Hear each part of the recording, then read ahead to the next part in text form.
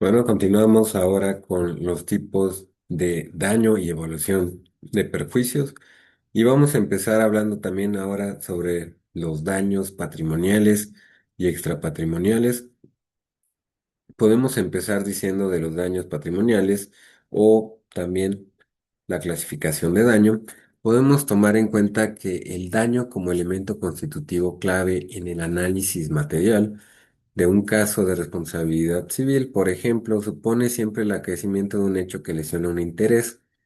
jurídicamente protegido, provocando también siempre un perjuicio y generando consecuencias. Y estas consecuencias negativas en la esfera jurídica de un sujeto de derecho, ya sean estas en contenido patrimonial o no. Por lo tanto, cada vez que nos encontremos frente a un daño resarcible que cumpla con los requisitos de certeza, subsistencia, especialidad e injusticia, y concurran también a su vez los otros elementos configuradores de responsabilidad,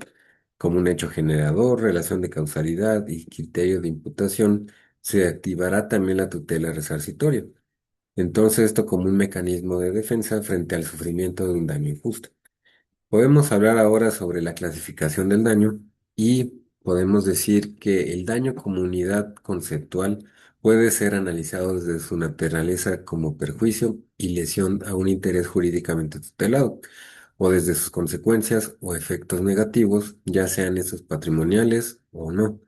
También podemos empezar o decir que el daño no patrimonial o extrapatrimonial es la lesión a la integridad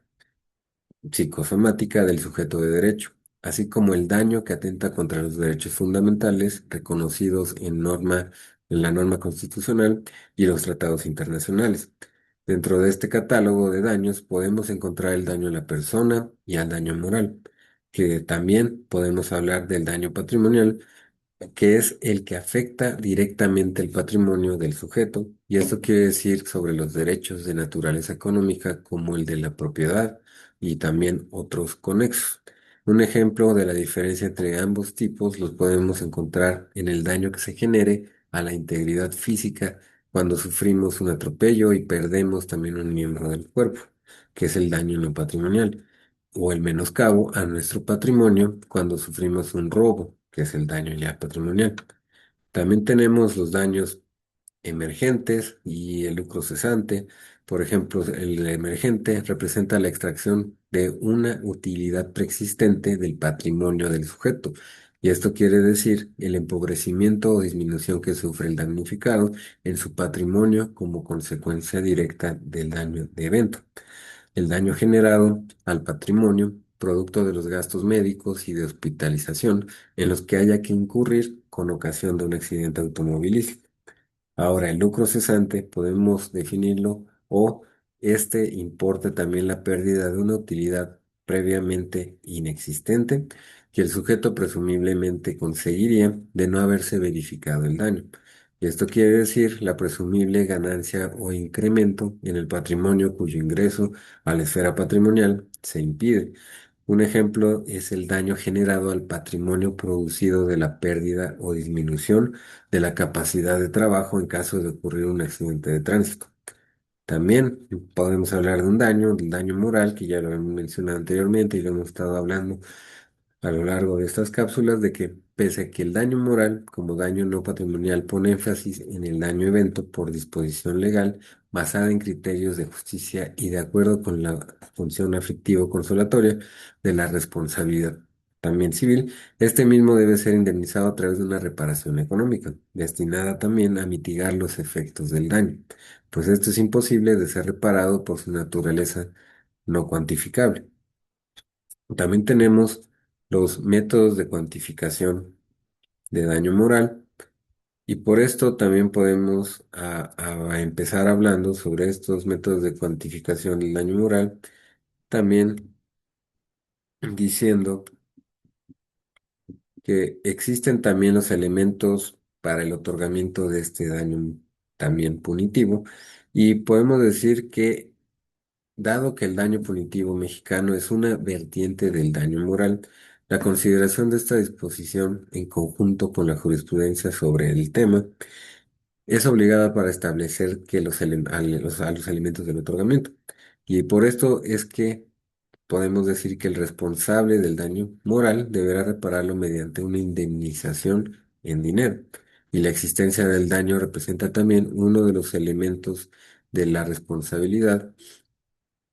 civil extracontractual, y por esta razón, cuando la víctima es afectada en sus sentimientos, afectos, creencias, decoro, honor, reputación, vida privada, configuración y aspectos físicos, o bien en la consideración que de sí misma tienen los demás,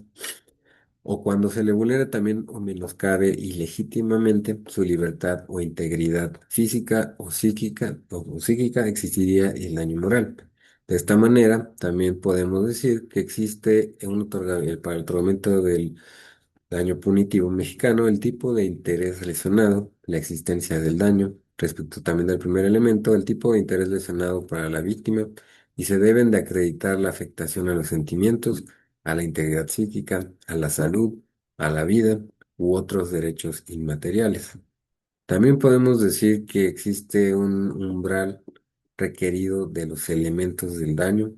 y podemos decir que una vez expuestos los elementos que deberán considerarse para la determinación del daño moral en general, es necesario definir el umbral que debe alcanzarse para decidir el otorgamiento de este daño. Y en efecto, si bien la existencia de un daño a derechos determinados merecen una indemnización moral, al actualizarse los elementos antes efectuados y referidos, la acción de daño punitivo debe probar que un incumplimiento gravísimo de la norma o del deber de actuar con diligencia amerita la indemnización punitiva de la víctima. En relación con el primer elemento, el tipo de derecho lesionado para la víctima debe ser elevado. La vida, la integridad psíquica y física, la libertad, el patrimonio, la salud, el honor, la reputación, la privacidad u otros derechos fundamentales merecen un nivel de protección elevado en el mayor de los casos, y por lo tanto, su afectación dará lugar a una indemnización moral punitiva.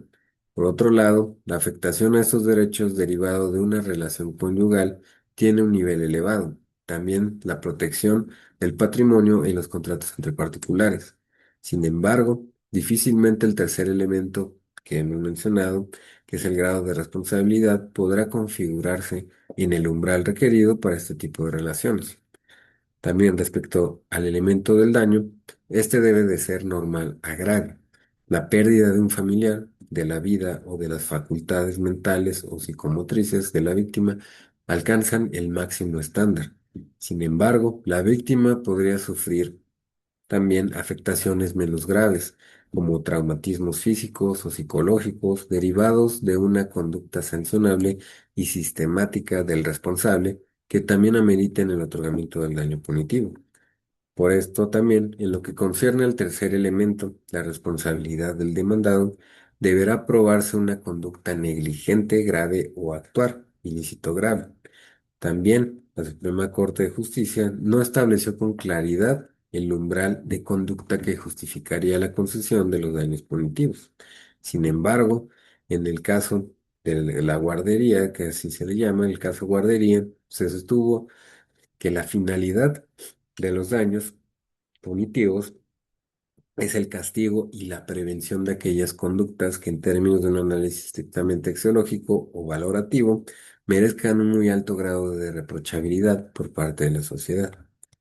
También podemos hablar del método para determinar el quantum. Podemos decir que este establece o se establece que el monto de la indemnización lo determinará el juez, tomando así en cuenta los derechos lesionados, el grado de responsabilidad, la situación económica del responsable y también la de la víctima, así como las demás circunstancias del caso. Ahora tenemos también que en el caso Mayan Palas se añadió un elemento también específico para la cuantificación del daño punitivo, que es la relevancia social de la actividad que origina el daño. Podríamos decir que este elemento no incluido textualmente en la ley deriva de las demás circunstancias del caso y que el juzgador puede tomar en cuenta según el texto de la misma disposición. Por eso también se pueden abordar a estos elementos con miras a establecer un método objetivo para determinar la cuantía del daño cognitivo en México. Pero antes de esto, se puede recordar también que los daños punitivos solo pueden formar parte de las consecuencias no patrimoniales y del daño moral, pues las consecuencias del daño moral patrimoniales no se ven afectadas por los elementos cualitativos. Y por esto, como sabemos ya, los daños patrimoniales, que son los personales o materiales, y también los morales en su consecuencia patrimonial, se determinan en forma concreta, a partir de la prueba de los gastos razonables devengados y por devengar de la víctima consecuencia de la afectación moral, así como el procesante. Ahora también podemos hablar que se puede, como un elemento para la cuantificación, tenemos a los derechos lesionados. Y por esto el monto de la indemnización lo determinará el juez tomando en cuenta los derechos lesionados. Por esto también, como ya hemos mencionado, que solo aquellas conductas que afecten intereses o derechos elevados, como los sentimientos, la integridad psíquica y física y el patrimonio, el honor, la reputación y la salud, la vida u otros derechos fundamentales elevados susceptibles de protección jurídica podrán ser indemnizados con daños cognitivos. Bueno, hasta aquí vamos a terminar esta cápsula para seguir en la siguiente cápsula hablando sobre empezar todavía con los derechos lesionados.